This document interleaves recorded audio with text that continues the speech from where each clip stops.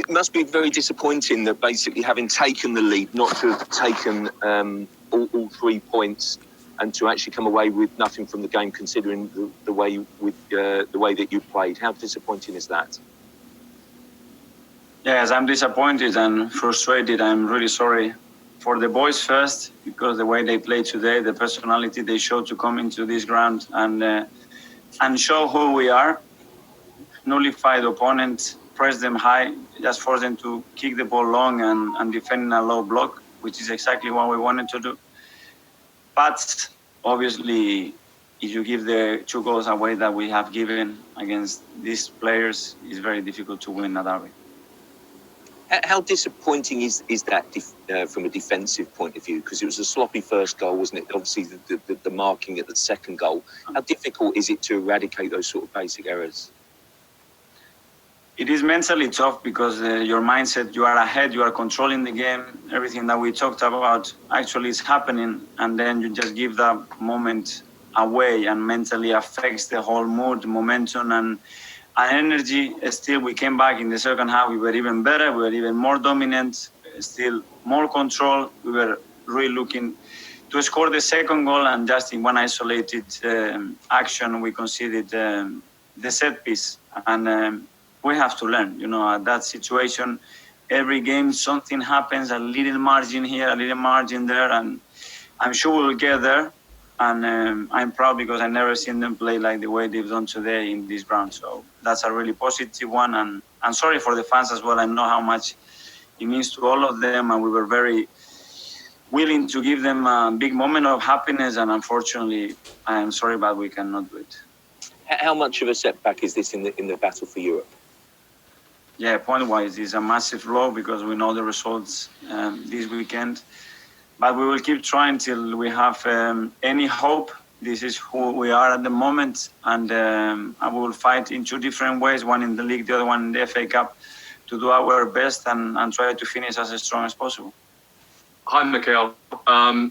Of course, this will hurt today, this defeat. But in the grand scheme of things, are you still very positive if your team keeps playing like this, that you will be on track and you will get to where you want to? Yes, if we minimize the mistakes that we do and we keep playing like that, we're going to win many, many, many football games, because we're going to make it really, really difficult for the opponent. I'm sure of that. But these 2 aspects one has to be maintained and the other one has to be avoided. And it's on us. They believe in what we're doing. You can see how they are trying, how they are going. And it's a shame, because if you are able to win that well in such a big round, in such a big stage like today, it gives you big belief, and I'm gutted as well for them because they really tried. And the attacking intent, Oba came close, hit the woodwork, great goal from Laka. What did you think about the attacking sort of display? Was that the level where you wanted it to be? Or we talked before about wanting to kill games off when you get chances. Yes, and we can do more and we can be more incisive, and we could exploit some spaces better than what we've done. Sometimes the rhythm, the urgency, and the link on distances wasn't exactly there. In many times it was, and the purpose was there. But yeah, to attack 10 players there like this all the time is not an easy thing to do. And we tried and had enough chances to win a derby the way we did it today. And finally, Mourinho said it was a very interesting tactical battle, and he sees that you're making great progress at Arsenal so far. What is it like to hear something like that from him? And obviously, it seems like both of you are at very similar stages of these projects with these 2 teams. Yes, thank you. I can see as well what he's trying to do. And look, he wins again. It's 2 completely different styles. He manages really, really well. He has a really good team behind him. And I said before the press conference that I believe that he always finds a way to win it.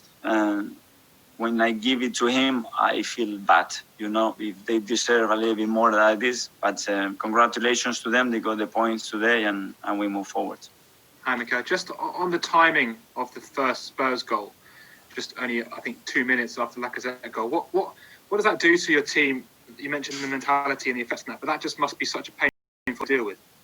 Yeah, because the first goal in a big game, how important it is, the percentages of winning that you have there. And just to give it away like this, after how it takes to break down a team like like Spurs affects. But straight away, we kept going, we kept trying. We started to dominate the last part of the first half as well.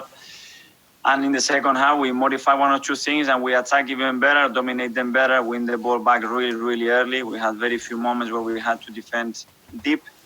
But again, when we had more control and everything was looking like we were getting more momentum and we were getting closer to win the game, we conceded the goal. It's now 15 points from winning positions that you've dropped since you arrived here. I think that's more than any other team in the league. What do you put that down to? Is that squad depth? Is that game management? What is that? A few things. There have been various things since I joined that cost us games. I cannot just single out one of them, but a few of the ones that you mentioned obviously are involved there. Sorry, what do you mean by that? That's some errors, some it was game management, some that it was a set piece, some that is an individual error. But look at the margin that we have. 15 points is a lot. And that means that we are fighting and competing in every game. You know, we are very close. But the margin to win, lose or draw, it's sometimes small. And at the moment, we have to improve on that. Just following on from Sam there, sort of, Mikel, I think 9 of the 17 goals that Arsenal conceded since you've arrived have come in the 75th minute or beyond. That's over half. Is that, what do you put that down to? Is that almost fatigue? Maybe the players struggling with the intensity that you're demanding from them? Yeah, it could be. Sometimes errors are led by fatigue.